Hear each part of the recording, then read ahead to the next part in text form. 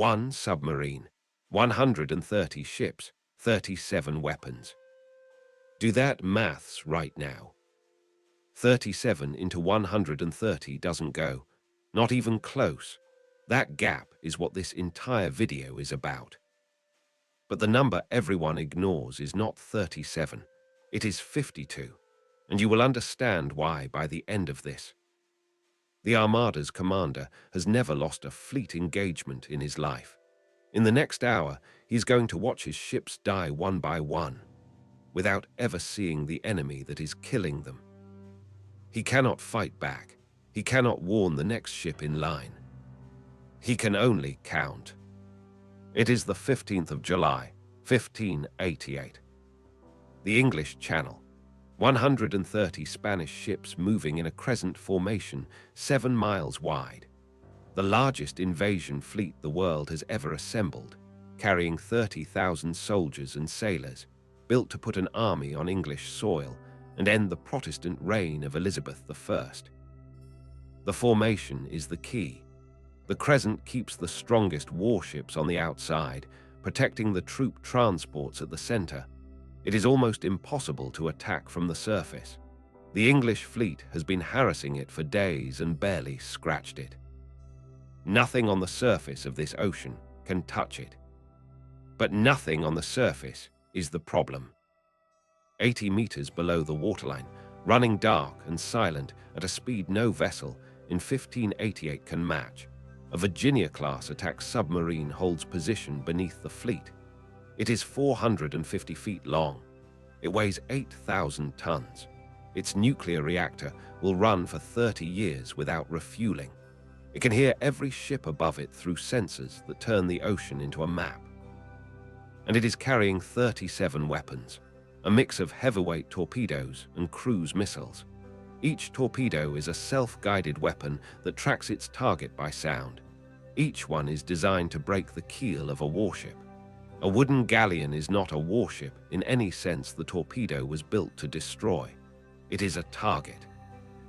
The commander runs the numbers: 37 weapons, 130 ships. The gap is not close. The gap is the whole problem, and he knows it before he fires a single shot. The first torpedo leaves the tube without a sound that anyone above can hear. It travels at 45 knots toward the nearest galleon. The crew of that ship feel nothing until the moment the hull tears apart from below. There is no cannon flash, no warning shot, no enemy visible on the horizon, just a column of fire and splinter rising from the waterline and then the sea rushing in. The ships nearest to it slow. Sailors look over the side. They see wreckage. They see men in the water. They do not see what caused it. The second torpedo is already running. On the flagship, the commander watches his second ship go down. His name is the Duke of Medina, Sidonia. He did not want this command. He wrote to the king begging to be replaced, explaining that he had no experience at sea. The king ignored him, and now he stands on the deck of the most powerful fleet ever assembled, and 2 of his ships have simply ceased to exist with no attacker in sight. He is not a coward. He is not a fool. He is an administrator forced into the role of his life, and he is already thinking. What sinks a ship with no surface attacker? He has no answer his world can supply, but he has one instinct that every commander develops across a lifetime of war.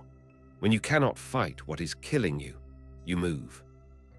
He gives the order to scatter. Not retreat. Scatter. Break the crescent. Spread the fleet across the widest possible area of water. If something beneath the surface is targeting them, distance between ships makes each one harder to find and harder to reach before the next one is already sighted. It is the right call. It is the only call available to him. And it costs the submarine something real. A tight crescent formation is a killing ground for a submarine. Ships close together, predictable spacing, one firing solution flowing directly into the next. A scattered fleet across miles of open channel is a different problem entirely. The commander has to reacquire each target independently. The time between shots stretches. The weapon count is burning and the rate of kills has slowed. 37 weapons, 91 ships still sailing. The gap has not closed, it has widened. The torpedoes keep running. Each one finds a hull. Each one sends another column of fire into the afternoon sky. The scattered fleet means the kills are spread across miles of water now, which means the surviving ships cannot see a pattern, cannot identify a direction, cannot find anything to aim their guns at. A Spanish galleon carries 50 guns on 2 decks. In 1588, that is an almost unimaginable weight of firepower. Against a surface enemy, those guns decide battles. Against something 80 meters below the waterline. They are decoration. The gun crews stand at their stations. They have nothing to shoot at. By the time the weapon count reaches 20, Medina Sidonia understands something that his world has no language for. This is not a battle. A battle has 2 sides that can reach each other. This is something else. Something his world has never produced a word for. He is watching his fleet die from a wound that exists in a dimension he cannot enter, fired by an enemy that does not need to surface, does not need to be seen, does not need to be brave. He makes his second decision. He turns the surviving fleet north. Not because he thinks he can outrun whatever is beneath him. A galleon under full sail makes 8 knots in good wind. What is below him moves at 30, but north means the open Atlantic beyond Scotland. It means spreading across an ocean rather than a channel. It means making the geometry of the hunt as wide as possible before the weapons run out entirely. Because he has understood the one thing that matters. Whatever is down, there has a limit. Everything has a limit. And he is right. 37 weapons. The final torpedo leaves the tube as the scattered remnants of the fleet are pushing north through the North Sea. The submarine surfaces for the first time. The commander looks at what the sonar already told him. 52 ships still sailing. Not 52 fighting galleons.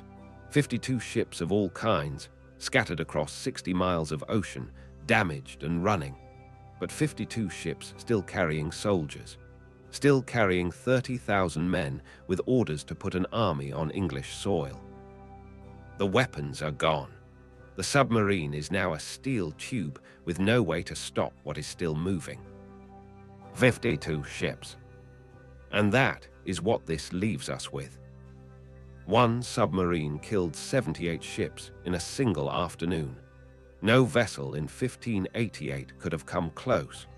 No fleet in history had ever been dismantled at that speed, from that distance, with that invisibility.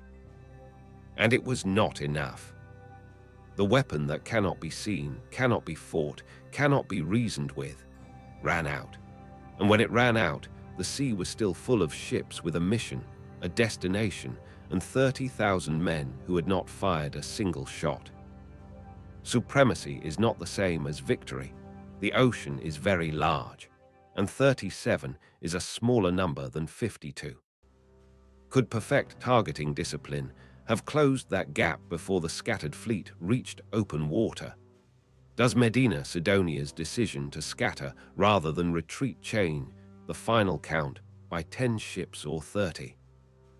And when those 52 ships reach England with no submarine left to stop them, does the invasion succeed? Drop it in the comments. The tactical breakdowns you leave are some of the sharpest thinking on this channel. More coming, and it only gets harder to call.